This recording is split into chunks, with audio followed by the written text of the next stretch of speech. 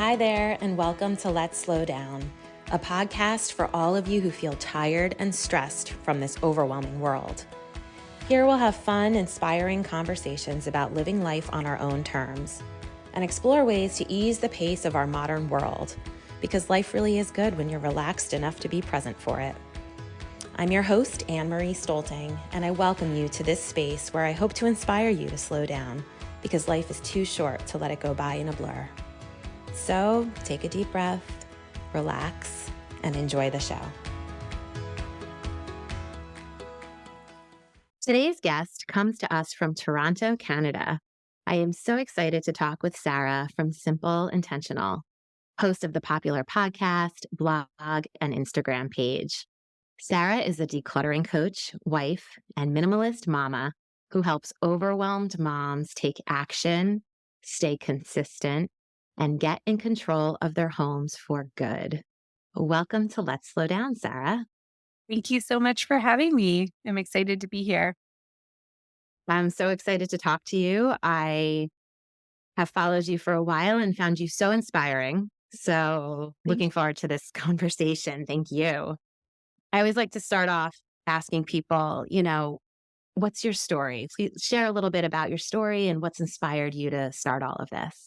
Yeah, absolutely. So I am a cancer survivor. It was almost 10 years ago, actually. I was diagnosed with stage 4 lymphoma. So I was really, really sick. And, you know, I'm a big believer in sort of the lessons in life and the things that happen that are hard and what they teach us. And for me, there were lots of good things about that experience. And one of them was like, because I was so ill, I was off work for almost a year. And so I had all this time to really do a lot of deep work on myself, really examine my life and, think about what mattered to me and what I valued. And I really discovered that I was a perfectionist, which I had always thought of as a good thing before that. I would say I was a perfectionist, and I just really felt it was like I had a high standard and like I cared about details.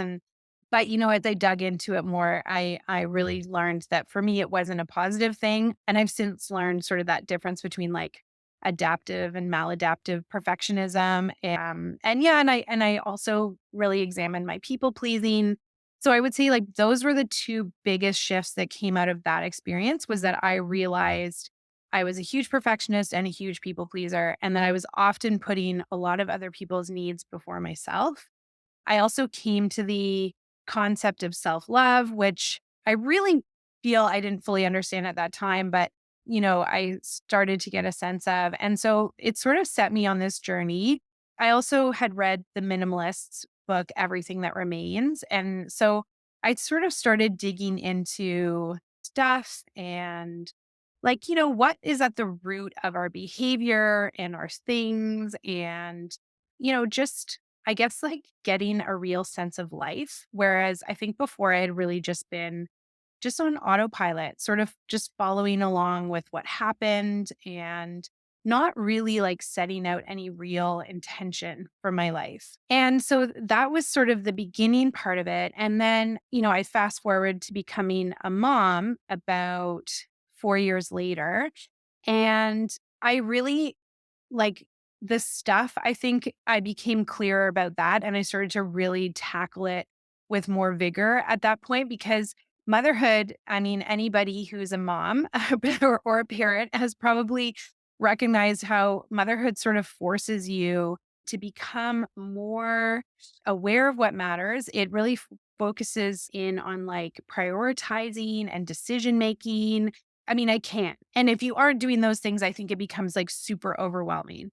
So that's what happened for me, is that I just realized like I couldn't manage all of it. I couldn't manage, the meal planning and the chores and the cleaning and the household stuff and all the like the mental load as well as the physical load of what was all around me. So I started to just get rid of things, and it just made so much more space and lightness, and it just became easier to clean. And I didn't even really realize how much stuff I had. Like, I wouldn't have said that I had tons and tons of stuff before. We live in Toronto, I rented, and it wasn't like we had a huge house that was like filled with tons and tons of stuff, but even still, I had a lot of stuff. So I think motherhood just really like was that final push. I sort of examined myself internally, and then I started to realize the connection between that internal stuff and my physical environment around me. So I really started to declutter, and I really haven't looked back. I now find it so easy to get rid of things. I'm really not attached to things anymore. And I've really been able to become much more intentional about how I spend and what I consume as well. So I think maybe that's the long version, but it was sort of that cancer diagnosis and then coupled with motherhood that got me to figure it all out and to be where I am today. So interesting. And I would think a cancer diagnosis, or motherhood, like any of these big life moments are often what is the catalyst for any kind of change. And you Mm. had two in a very short amount of time. I love how you mentioned the lessons in life. These hard things really teach us very important lessons. And first of all, 10 years, congratulations. It's Yeah. been 10 years, and I'm so glad you're doing well. Mhm. And you've done so much in that amount of time. So many things you just said resonate with me because I never really called myself a perfectionist, but I definitely was, am. I think what do the people say? Like a recovering perfectionist. I think that's kind of me. For a long time, I remember, especially when my kids were little, people want to just buy toddlers presents, right? We would get so much stuff, and we didn't even really bring that much of it in ourselves. I was gifted, and I remember just being so overwhelmed by all the stuff in the house, exhausted from a full day of working and mothering, and then trying to clean all these things up and like organize. I used to buy so many bins and like different methods to organize, and it maybe worked for like a minute until they woke back up the next morning, and I was so overwhelmed by it. And I used to be really hard on myself Mhm. because I thought, "Oh, why am I being so type A? Like, I need to just loosen up, let this go. It doesn't matter." And I did that for a long time. I was hard on myself and thought it was, something that was wrong with me. Like, why do I need it this way? And I really did start studying all of this. I started with the minimalists too. I had seen their first documentary, but I've read a lot of different books in that area now. And there is so much research and science behind how our outer world really, that clutter, physical clutter really does affect our mental state and our brain and how we operate. So it's very powerful. Yeah, I think that it's something we've never really been taught. It's not really talked about.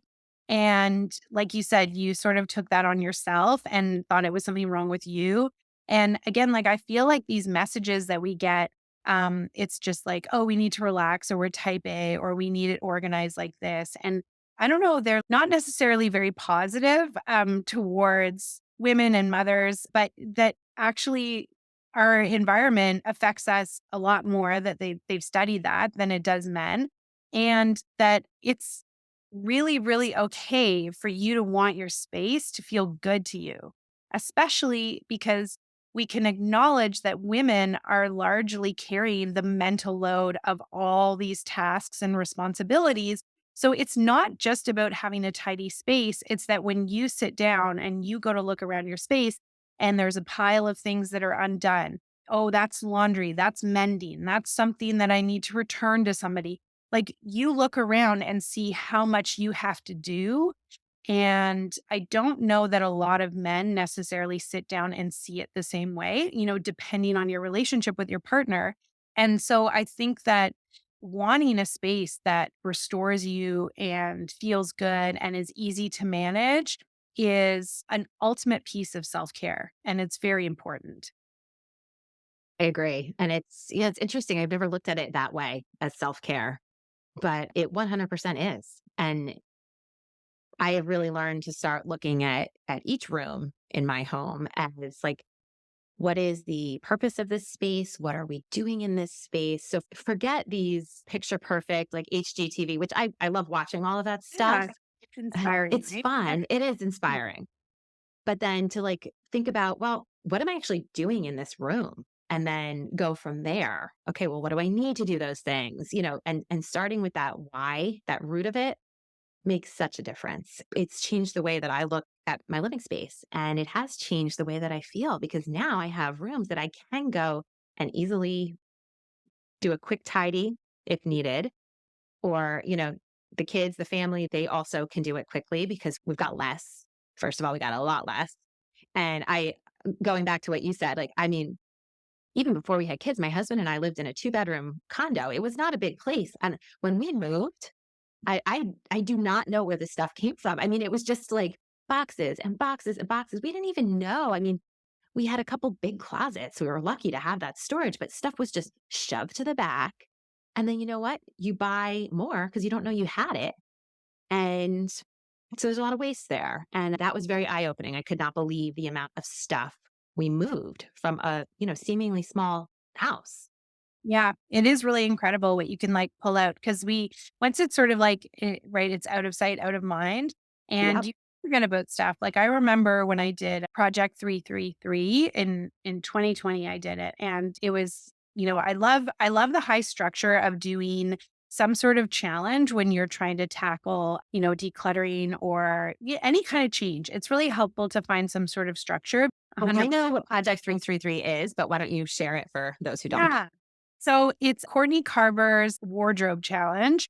And the idea behind it is that you pick 33 items, including, outerwear and shoes and accessories. I think like workout wear, if you actually work out, and loungewear are exempt if they're for lounging and working out. But otherwise, the idea is you pick 33 items for 3 months and you wear those items. So it's kind of like for a season. And again, like there is flexibility in it, if you wanted to have 30 items or like 37, whatever, but the idea is you're sort of restricting your wardrobe, you're bringing it down to some essentials, learning to live with it. And then you really do see how little you wear and you recognize what you love. And one of the things that she recommends in that, which I mean, I think a lot of people who talk about decluttering and getting rid of things recommend, it's one of my favorite methods. It's a maybe box. So everything that's not a total yes or total no goes in the box. And then you just pack it away. Like you don't have to get rid of it, but you pack it away.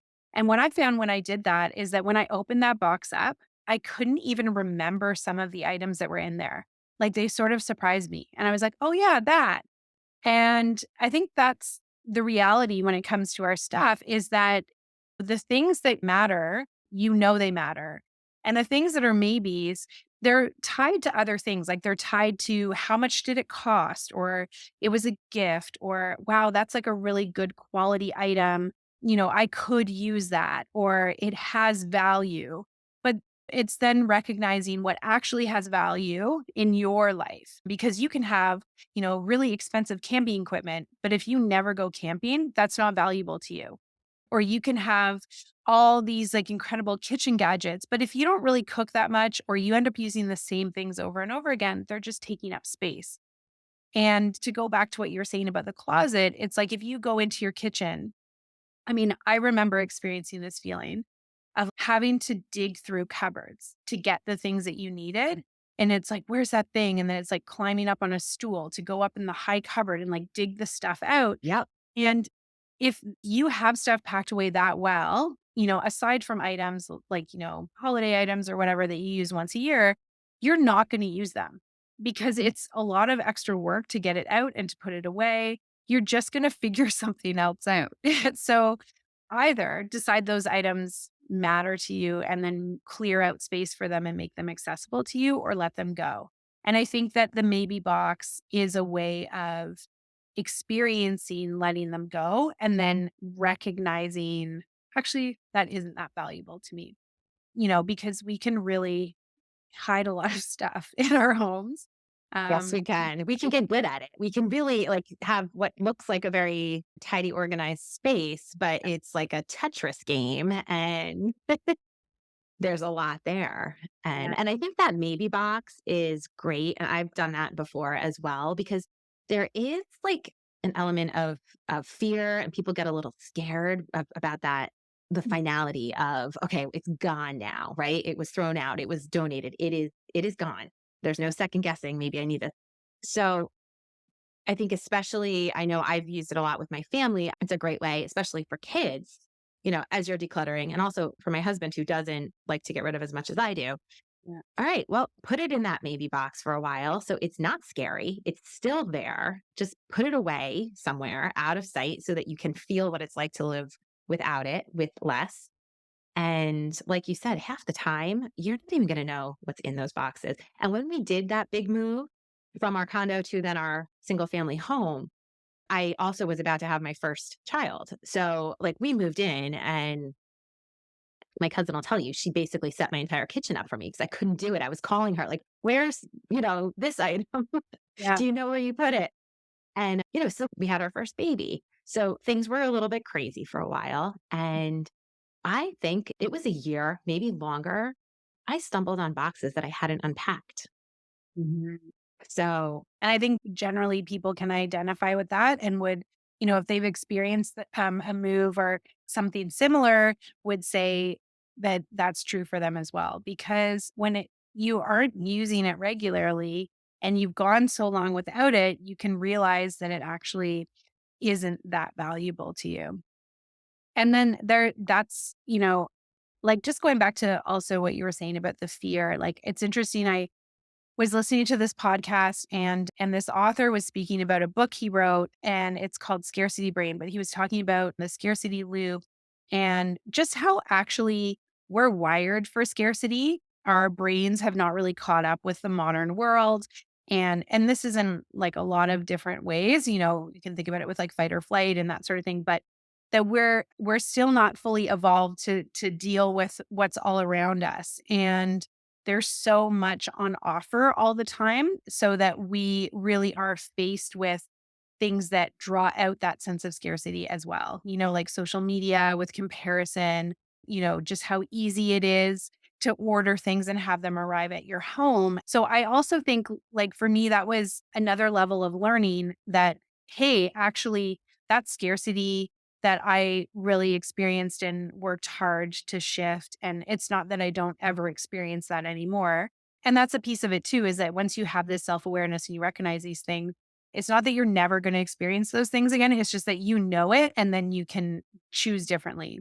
And you're still going to make mistakes, but that when we can recognize that we actually all experience scarcity on some level and that it's normal and that that's like a part of who we are, then just having that knowledge makes it easier to not buy those items, not hold on to those things, and not compare ourselves in the same way because it's going to be a natural piece of the puzzle for us.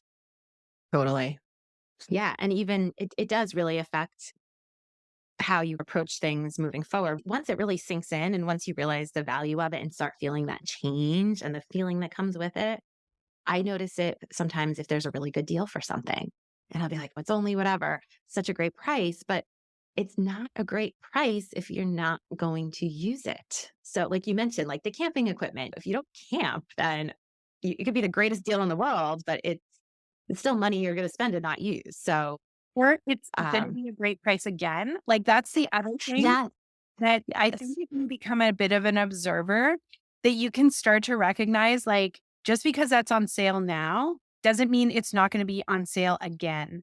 right. Or the other thing that, like, when you sort of sit back and look is that somebody is going to develop another version of that, or it might be a better version. And sometimes waiting for something will get you closer to what it was that you actually wanted.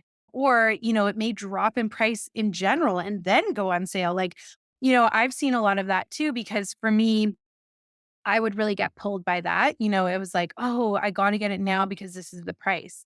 And unless you sort of have it on a list that you're like, you're going to purchase, you've got a plan for it, and then it does suddenly come on sale. Of course, there's times where that makes sense. That is like reasonable, but you want to sort of take that pause and examine it. Am I just buying it now because it's on sale?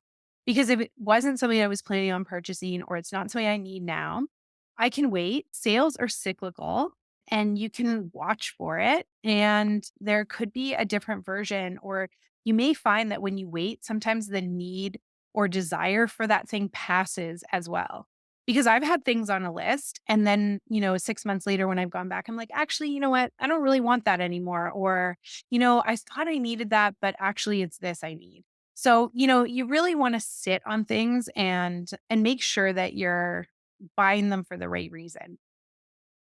Yeah, I've noticed that too. And I think the minimalists do mention that to wait something like 48 hours, which in our world of Amazon Prime, I mean, it's people don't Yeah. wait 48 minutes. It's like, oh, click. Yeah.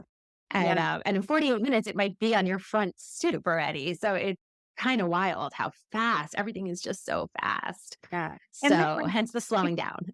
totally. And then it is hard for like knowing that this is hard for you and it's hard for your brain and that we're wired to respond to this. And then just having that knowledge, I think is so powerful because then you can be like, okay, it's not meant to be easy right now. And if I sit on this feeling is going to pass. I feel like that's sort of like so much of it is the mindset, but that is one really powerful thought that has helped me through so much is that feelings change and that this will pass. And I'm not going to feel like this for a whole lot longer. And that if I can sort of just be with it, I'll, come to the other side of it, that momentary discomfort. Like, it's funny, I was just talking about this with my daughter because, a long time ago, I bought 2 tubes of toothpaste for her because they were on sale. And so I had an extra one. And the second one is like a mint flavor. And, she doesn't really love it. It's like not her favorite. But I keep saying to her while we're brushing her teeth, this is like a momentary discomfort. This is something you don't really like. It's going to last 30 seconds. I bet you can do it. I bet you can handle this discomfort. And there's so many instances like that that we can point out for ourselves. I'm uncomfortable right now. I can handle this. This is going to be okay. I'm not going to feel like this in an hour. This is going to last for a minute. Can I do this for a minute? And just like really shift your mind around what you can handle because you're so capable of doing so much more when you frame it that way and you think about Yes. yeah. Yeah, we don't give ourselves enough credit very often, do we? No, not at all. I don't think so. And there's examples. Like the other thing that I love to do is look for evidence. And you know what? You can look for evidence in the world of people who have done incredible things, that are far more than brushing your teeth with mint toothpaste. But you can look for examples, like look at all the athletes who have overcome physical challenges or physical disabilities and gone to do amazing things. Or look at people who were told they would never walk again or they would never this again and then they decided that wasn't true for them. And so I think that our brains are so incredibly powerful. Like I even heard this, I don't even know where, but when you are stretching and you feel that point where you're like, oh, I shouldn't push it because it's going to hurt me. And I heard somewhere somebody say, "Oh, that's actually like not true necessarily." And that like it's the discomfort, your brain trying to stop you. So now sometimes when I'm stretching, like, you kind of gauge it for yourself, of course, you don't want to injure yourself. But then I sort of can say, "Oh, that's actually not going to hurt me. Like, I just need to sit with this longer."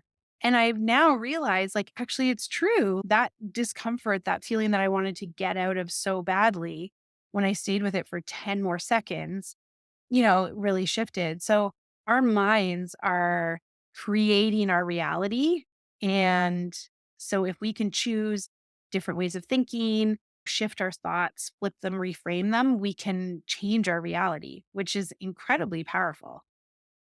It's amazing. I've been reading a lot about that as well, and it's fascinating. We try to protect ourselves. I guess our brain is going into that protective mode, kind of like what we were saying before. It's still wired from centuries ago when we were living very differently than we are today.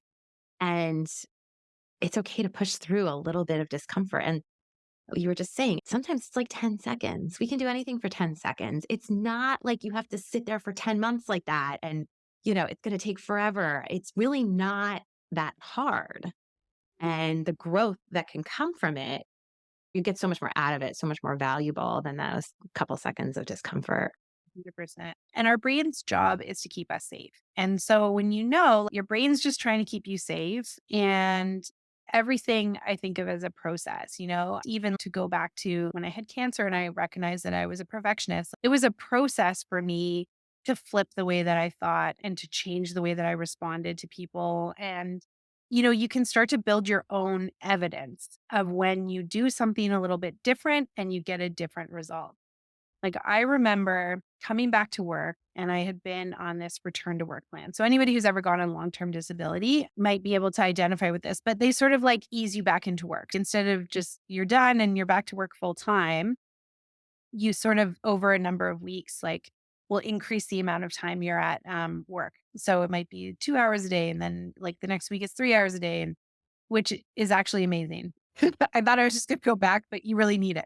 Anyways, I was talking to a coworker who was in the kitchen, the admin person who was sort of in charge of the coverage for me.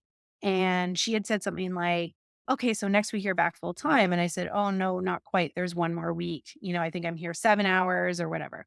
And she started to like really react because, you know, I think ultimately, and it didn't matter, but she had made a mistake and hadn't had this coverage for the other week. So she was reacting because she was having that, oh my God, I made a mistake, but like couldn't take it, couldn't handle it. So she started yelling at me about it. And I would say my past self would have been over apologetic.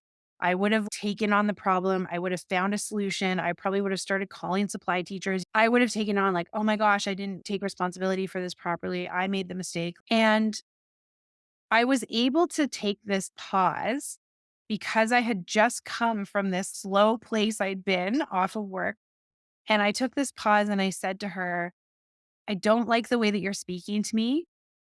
A mistake has been made. It doesn't matter who made the mistake. I'm sure we can find a solution, but I'm not ready to talk to you until you can speak to me differently. And I walked away. And I never would have been able to do that before. Like, It's never. Like, I amazing. would have broken down in tears before, honestly.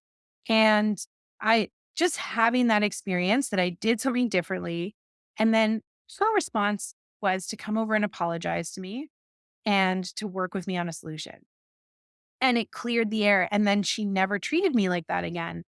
And, that whole thing of like, you teach people how to treat you, that was the lesson for me there. And I was like, oh my goodness, I can do things differently. And so when you start to choose to do things differently, then you start to see the evidence that supports it. Like, I can do that. I lived through that momentary discomfort of speaking up for myself, and it had a positive impact. So next time, I'm going to do it again.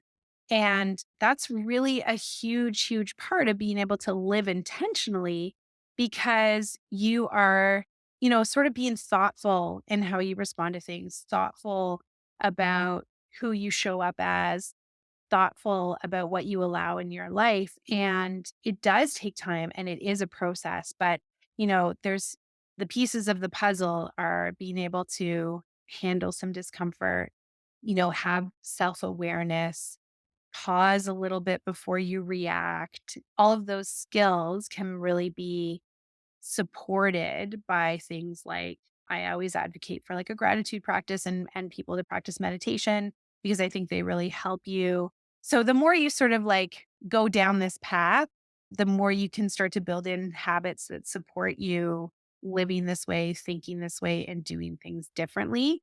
And it's incredibly powerful. It just takes a moment to do something different and you can really change so much. It sure is. All of these things are ways that we can all go and start doing this right now, be more present.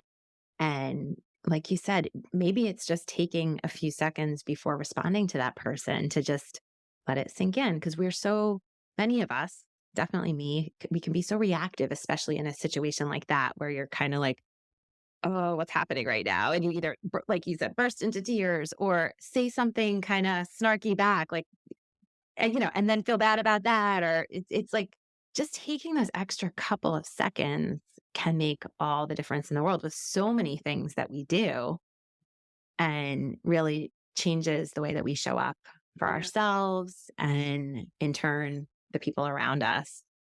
And it's a beautiful ripple effect. And I find that tiny little things can really add up over time and make such a huge difference. Yeah, and they really, really can. And I think that that's, something for people to remember is that it actually doesn't take a lot to really change things, that ultimately it really just matters how you feel in the present moment. It doesn't matter if you've completely decluttered your house. It doesn't matter if you've started that exercise habit and you're doing it the way that you envision doing it every single day. It doesn't matter if you are able to be present every moment of the day, which no one is, but that you've started to, that you put the intention out there and that you've begun to build it immediately changes the way that you feel. And I think it's Eckhart Tolle who says, all you ever have is this present moment. And that's a piece that I carry around with me all the time too, because it's true. We can get caught up on this wheel of wanting things to be different and then feel stuck or unhappy or frustrated with ourselves. But if you can think about the present moment as it is, be in it. Think about what you're content or grateful for now and look for things that make you feel good now, then you've been successful because your life feels good now. And despite whatever happens, whether or not, it's a cancer diagnosis or, whatever other struggles that come into your life, if you can find ways to feel good now, despite that, then you won. And that's it, really. That's the thing. And then when you can do that, then you can start to make those shifts that are going to lead to future change and lead to the things that you want in the future. But allow yourself to enjoy where you are at the moment. Because if you're so focused on the future and what you want to be different, then you really are wasting your life. And it's not like you're going to get to that place and suddenly be happy then if you can't be happy now. So, take that action for sure to do the things that make life easier. Declutter your house. It feels amazing and it makes life easier. And it's going to help you really understand yourself because the more you declutter, the more you're going to dig into yourself and be like, oh, wow, that I'm keeping that because of this childhood trauma or, this experience I had. And you're going to start to get to know yourself. And that's amazing. But you're not going to do it overnight. So just find the ways that you can love your life where you are. And that's the secret. That is beautiful. And you are so wise. I think it's taken me a long time. I am learning these lessons now, and it's taken me a really long time to get there. But I think you just hit the nail on the head. This stuff's so important. And I appreciate you sharing all of this with us. I was going to ask you what you want to leave people with today, but I think you just did it and it was perfect. So Awesome. I want to thank you for being here and taking the time to talk with us today. I want to remind everybody, I'll include links in the show notes so that everybody can find you. But I know you have something special coming up very soon. So please tell us. Yeah. So coming up really soon is a summit that I've organized with some other incredible speakers. I think it's going to be an amazing event. I want people to think about it as if you were going to show up to a live event, but it's virtual. It will spread out over 4 days. So there'll be 3 days with speakers, and then you'll have one more day to catch up and listen to any of those speakers that you've missed, but it's intentionally only available for a short period of time because I found when I sign up for something that I have lifetime access to, I don't often come back to it. So this is something that I've sort of intentionally structured this way so that I'm really hoping to support people to come and show up and be there. And then if you miss somebody or two people and you want to catch up on the fourth day, you absolutely can. Even if you show up and catch one of these amazing speakers, you will have gained something and you'll be able to sign up through a link in my bio. So you can definitely check it out. It is a paid event, but it's a low cost event. But again, this is very intentional because I have signed up for many of free things and never showed up. So I really thought this out about how I could support people the best way. And I really think that having a little bit of skin in the game and having some structure and a deadline is going to help you show up, help you gain something from it. All of these speakers have incredible things to share that will help you be more intentional about the way you live. So all the details and the information, again, you can find through the link in my bio or check out my website or Instagram, and there will be information about it there. And that will be the weekend of January 27th and 28th. And yeah, I think that should be really exciting as you get to the end of January and you sort of lost some of your oomph to get back in the game. Yeah. Yeah. It's perfect timing, actually. And especially at that point in the winter, everybody's looking for something inspiring. So awesome. I will share that as well. And I'll be checking it out myself. It sounds really great. So, Awesome. Sarah, again, thank you for being here today and sharing all of your beautiful wisdom with us. Oh, thank you so much for having me. This is just, having conversations with other women about this sort of thing is one of my favorite things to do because I think the more we support each other, the more we really can change the world. Yes. Yes. Beautifully said.